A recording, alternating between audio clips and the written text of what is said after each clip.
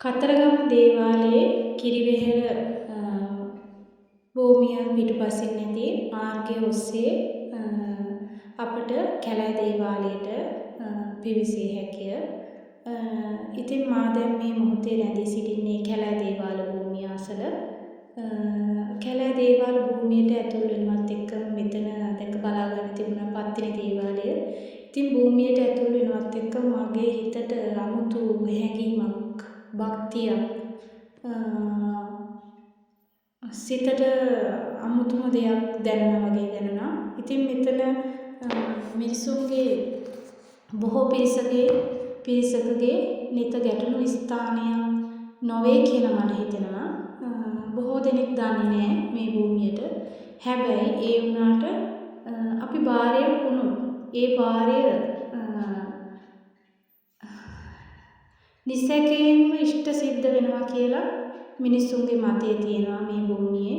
එතකොට ඒ වගේම බොහෝ පිරිසක් ශිවරාත්‍රී දිනයේදී ශිව දෙවියන් දුටුවා කියලා කියන මතයකුත් තියෙනවා. හැබැයි මටත් මේ වගේ කතාවල් වලින් සත්‍යතාවයක් තියෙනවා කියලා හිතෙනවා. මොකද මෙතන අමුතු නිස්කලංක බවක්, එතකොට අමුතු පරිසර භූමියක්, මේ නෙලලා තියෙන ප්‍රතිමා වහන්සේලා, දේව ප්‍රතිමාවන් දිහා බැලුවම හිතට දැනෙන මේ අමුතු හැඟීම, ඒක කියලා නිම කරන්න බෑ. මෙතනට ඇවිල්ලා බලන්න ඕන. මිනිසුන් බොහෝ දෙනෙක් මෙතනට ඇවිල්ලා බාරහාර වෙලා දෙවියන් වහන්සේගේ ආරක්ෂාව ඉල්ලලා එතකොට බාරහාර ඔප්පු කරගෙන තියෙන බව අපට ඇස්වලින්ම දැක ගන්න පුළුවන්.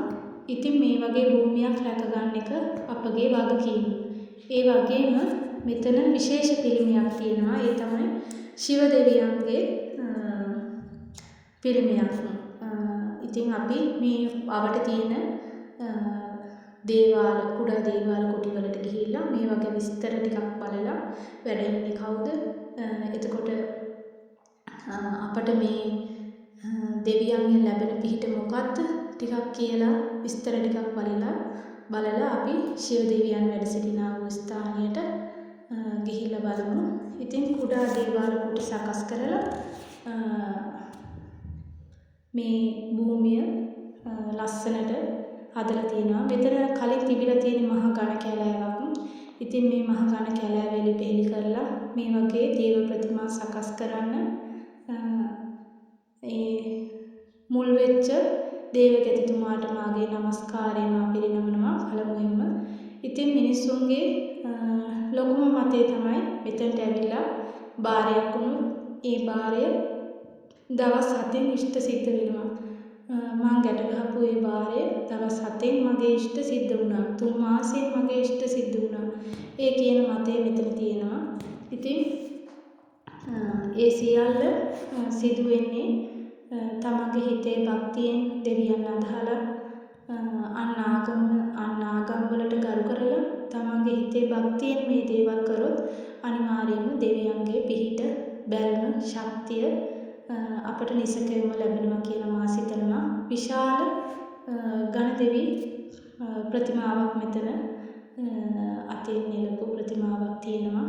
ඉතින් ගණදෙවියන් වහන්සේගේ නුවණ ඉගෙන ගන්න දරුවන්ට ලැබේවා කියලා ප්‍රාර්ථනා කරනවා. මටත් ගණදෙවියන්ගේ ආරක්ෂාව ලැබේවා කියලා මා ප්‍රාර්ථනා කරමින් තව ටිකක් අපි මේ අවට භූමිය බලමු. දැන් මම මේ යන්නේ ශිව දෙවියන් වැඳ පුදා ගන්න. ඉතින් ශිව දෙවියන් වැඳ පුදා ගන්න යන මේ වෙලාවේ ශිව දෙවියන්ගේ ආරක්ෂාව, පිහිට ශක්තිය මාහට ලැබේවා කියලා මම ප්‍රාර්ථනා කරනවා. මේ වීඩියෝ බලන ඔබ සියලු දෙනාගේ ප්‍රාර්ථනාවන් ශිව දෙවියන් ඉදිරියේ ඉෂ්ට සිද්ධ වේවා කියලා ප්‍රාර්ථනා කරමින් අවසන් වෙනකම් මගෙත් එක්ක රැඳිලා ඉන්න. එතකොට ඒ වගේම සියලු ජීවීන්ගේ හා සතුන්ගේ ආරක්ෂකයා කියලා ශිව දෙවියන් හඳුන්වනවා. එතකොට ලෝක ප්‍රථම යෝගියා, හිවත් යෝග විද්‍යාව මිනිසාට හඳුන්වා දුන් ගුරුවරයා ශිව දෙවියන් කියලා හඳුන්වනවා. ඒ වගේම ශිව දෙවියන්ගේ බිසව පාර්වතී දේවිය වන අතර උන්වහන්සේලාගේ පුතුන් වන්නේ ගණපති දෙවියන් හා කතරගම දෙවියන්. ඉතින් මේ කියන පිළිම වහන්සේලාත් මේ භූමියේ පිළිම විදිහට ප්‍රතිමා විදිහට සකස් කරලා තියෙනවා. මේ පහළින් තිබුණේ ප්‍රධාන දේව මන්දිරය. ඉතින් ඔබගේ බලාපොරොත්තු ඉෂ්ට සිද්ධ කරගන්න මේ භූමියට ඇවිල්ලා බාරහාර වෙලා දෙවි දේවතාවුන් වහන්සේලාගේ ආරක්ෂාව නිසකවම ලබා ගන්න මේ ස්ථානයට ඇවිල්ලා නරඹලා යන්නේ. ඒ වගේම මේවා රැක ගන්නත් අපි වැඩ කටයුතු කරන්න ඕනේ. මේ භූමිය අපවිත්‍ර නොකර මේ තියෙන විදිහටම මේව රැකගෙන මතු පරම්පරාවටත් දැක බලා ගන්න පුළුවන් විදිහට මේව රැක බලාගෙන අපි අපේ බාරහාර ඔප්පු කරගෙන ඉතින් ඉදිරියට යන්න ඕනේ. ඒ වගේම මේ වීඩියෝ එක හොඳයි නම් කමෙන්ට් එකක් දාලා තියන්න. ඒ වගේම ඔබ සියලු දෙනාටම දෙවියන්ගේ පිහිට ආරක්ෂාව ලැබේවා.